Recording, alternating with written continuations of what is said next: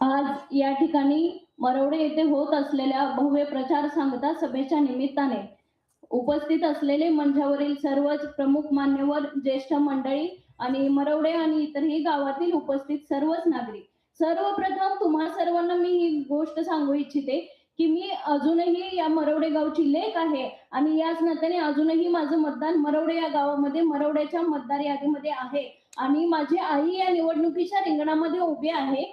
याच कारणानं आणि याच हेतूनं मी आज तुमच्या समोर उभा राहिला बोलायला इथे उभी आहे.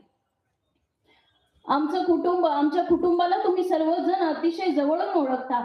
आजपर्यंत शैक्षणिक, सामाजिक आणि राजकीय क्षेत्रात कार्यरत असलेलं माझंही कुटुंब आणि याच पार्श्वभूमीवर आज माझी आई या पंचायत समितीच्या निवडणुकीला उभी आहे. माझ्या परिवाराची नाळ या गावातल्या प्रत्येकाशी जोडली गेलेली आहे. माझे वडील सुरेश पवार गुरुजी गेली 30 वर्ष शैक्षणिक क्षेत्रात शिक्षक म्हणून कार्यरत आहेत. माझी आई गेली 22 वर्ष शैक्षणिक क्षेत्रात शिक्षिका म्हणून कार्यरत आहे.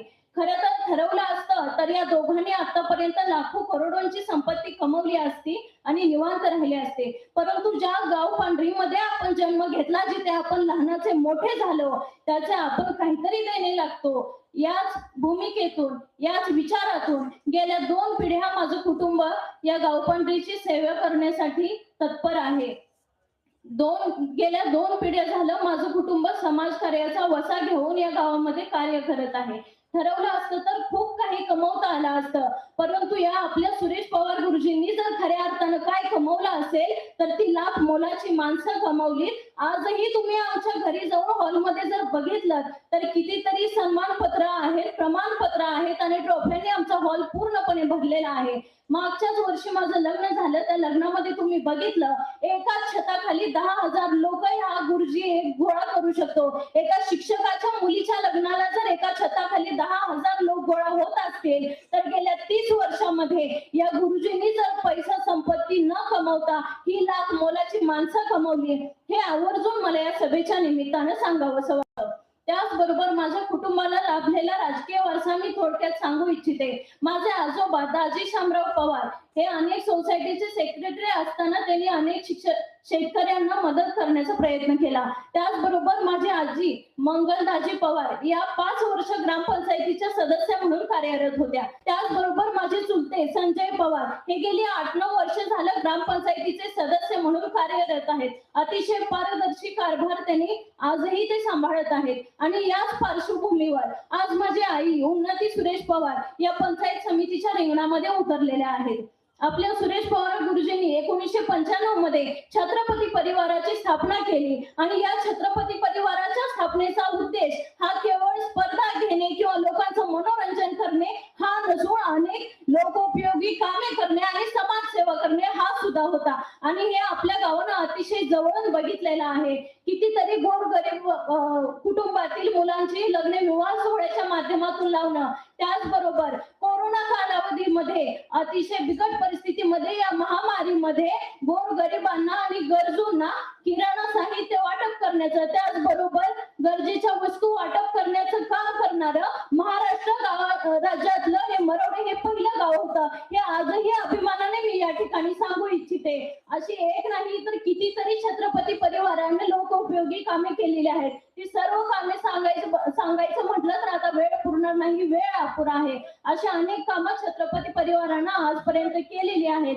त्याचबरोबर आपल्या सुरेश पवार गुरुजींनी या गाव पांढरी मधल्या प्रत्येक कुटुंबाशी, आजूबाजूच्या गावातील देखील अनेक कुटुंबांशी, अनेक लोकांशी जिव्हाळ्याचं आणि प्रेमाचं नातं तयार केलेलं आहे.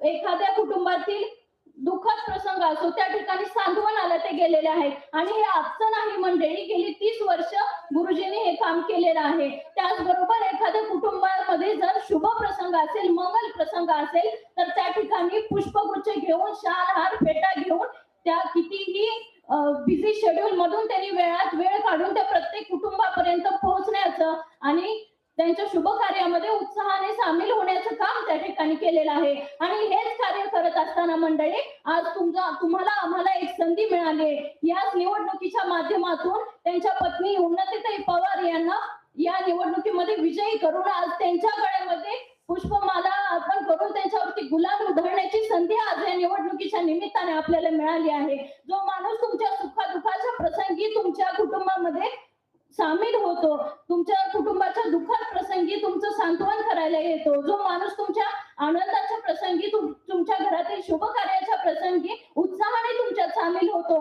आज त्या माणसासाठी तुम्हाला उभं राहण्याची सगळ्यात जास्त गरज आहे आणि या माणसासाठी काहीतरी करण्याची संधी आज आम्हाला लाभलेली आहे. त्याचबरोबर सुरेश पवार गुरुजी आणि त्यांच्या मार्गदर्शनाखाली निवडून आणलेल्या ग्रामपंचायतीमध्ये त्या संजय पवार यांच्या नेतृत्वाखाली अनेक योजना लोकांपर्यंत पोहोचवण्याचं काम त्यांनी त्या ठिकाणी केलेलं आहे. त्याचबरोबर सत्ता आणि जनता या दोन्हीमध्ये असलेली दरी कमी करण्याचं काम त्यांनी त्या ठिकाणी केलेलं आहे.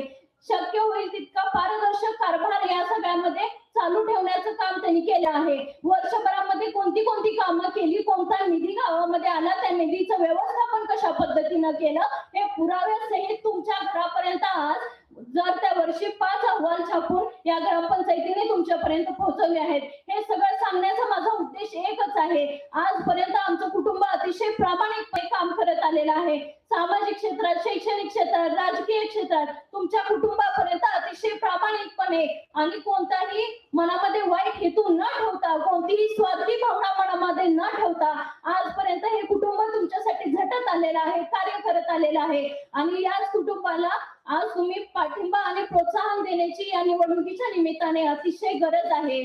आणि गेल्या 15-20 दिवसापासून या मंगळवेढच्या राजकारणामध्ये, या फुलजंती गटाच्या राजकारणामध्ये किती उलथापालथ झाली, कोणती कोणती परिस्थिती आली, त्याला कोण कसं सामोरं गेलं हे तुम्ही फार जवळून बघितलेलं आहे मंडळी. आणि अशा अटीतटीच्या परिस्थितीमध्ये, एवढ्या बिकट परिस्थितीमध्ये सुद्धा अवघ्या 2च दिवसात मंडळी आपल्या दौला मामांनी जिल्हा परिषदेच्या उमेदवारासाठी आपल्या घरातील उमेदवार त्यांच्या सुनबाईला देण्याचा त्यांनी धाडस दाखवलं.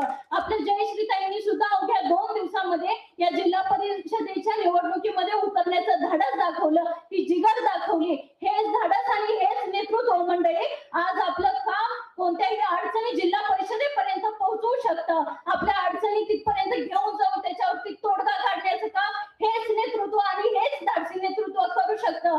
गेले 8-10 दिवस झाला आम्ही बघतोय मंडळी, तुम्ही आम्ही सगळेच बघतोय, आपले दोन्ही उमेदवार हातात माईक घेऊन समोर असलेल्या जनतेशी खुलेपणाने संवाद साधतायत, त्यांच्या अडचणी जाणून घेण्याचं काम करतायत, त्यांच्या अडचणींवरती तोडगा काढण्याचं काम निश्चितपणाने ते इथून पुढच्या काळामध्ये करणार आहेत. त्यामुळे हेच धाडस आणि ही जिगर आपलं काम आपल्या अडचणी पंचायत समितीपर्यंत, जिल्हा परिषदेपर्यंत घेऊन जाण्याचं काम या दोघी अतिशय धाडसानं करणार आहे, त्याची तुम्हाला आम्हाला नक्कीच खात्री आहे. आपल्या दोन्ही उमेदवार या अतिशय उच्च सुशिक्षित आणि धाडसी आहेत, त्यामुळे याच आपल्या अडचणी अतिशय खमक्यापणाने सोडवू शकतात. आणि मंडळी या ठिकाणी आवर्जून तुम्हाला मला एक गोष्ट सांगावीशी वाटते, एक विद्यार्थी शाळा सोडून गेला म्हणून शाळा कधीच बंद पडत नसते. आणि आमचा हेडमास्टर आहे ना, तो लई खमके, असे एक नाही कितीतरी विद्यार्थी,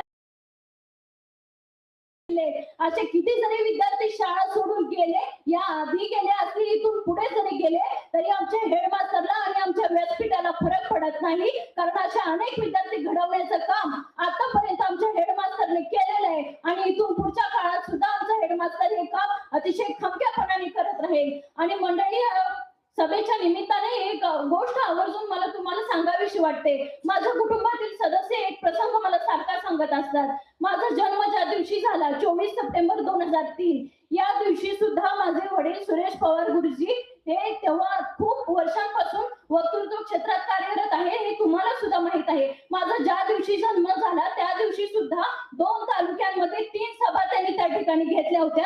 कर्मवीर जयंतीच्या निमित्ताने व्याख्यान देण्यासाठी त्या ठिकाणी ते कार्यरत होते. मंडळी या निमित्ताने मला तुम्हाला हे सांगायचंय, त्यावेळी सुद्धा जी जिद्द होती काम करण्याची, जो जोश होता आणि जी जिगर होती, त्याच जोशानं त्याच जोमानं हा माणूस आजही तुमच्या सेवेसाठी कार्यरत आहे, तत्पर आहे. उगाच कुणाला तरी विरोध करायचा म्हणून करू नका. त्या विरोध करण्यापाठी मग त्यांच्या कामावरती बोट ठेवण्या इतपत जर कुठे जागा असेल तर विरोध करून दाखवा मंडळी. एवढा पारदर्शक आणि स्वच्छ व्यवहार आणि जनतेची संवाद, जनतेसाठी काम करणाऱ्या नेतृत्वाला विनाकारण विरोध करण्याची ही वेळ नाही. त्याचबरोबर या ठिकाणी मला तुम्हाला सांगावंसं वाटतं, आपल्या समोर अनेक प्रश्न सध्या भेडसावत आहे. महिला सबलीकरण असू द्या, पाण्याचा प्रश्न असू द्या, रस्त्याचा प्रश्न असू द्या, कचरा व्यवस्थापनाचा प्रश्न असू द्या किंवा इतरही कोणतेही बरेच प्रश्न आहेत, त्या सगळ्या प्रश्नांची दखल घेणं, त्यांना पंचायत समितीपर्यंत, जिल्हा परिषद पर्यंत नेणं आणि त्याच्यावरती उपाययोजना करणं, त्याच्यावरती तोडगा काढणं, हे काम हेच आपले दोन धाडसी उमेदवार करू शकतात. हे तुम्हाला सुद्धा चांगलं माहितीये. त्यामुळे आता यावेळी मी या गटाचा आहे, मी त्या या नेत्याचा आहे, मी त्या पक्षाचा आहे, हे म्हणत बसण्याची ही वेळ नाही मंडळी. आपल्या समोर राष्ट्रवादी काँग्रेस पक्षाने दिलेले हे दोन्ही उमेदवार सुशिक्षित आणि धाडसी उमेदवार आहेत. त्यामुळे या उमेदवारांना येत्या 7 तारखेला प्रचंड बहुमताने विजयी करा, ही मी तुम्हाला विनंती करते आणि थांबते. धन्यवाद.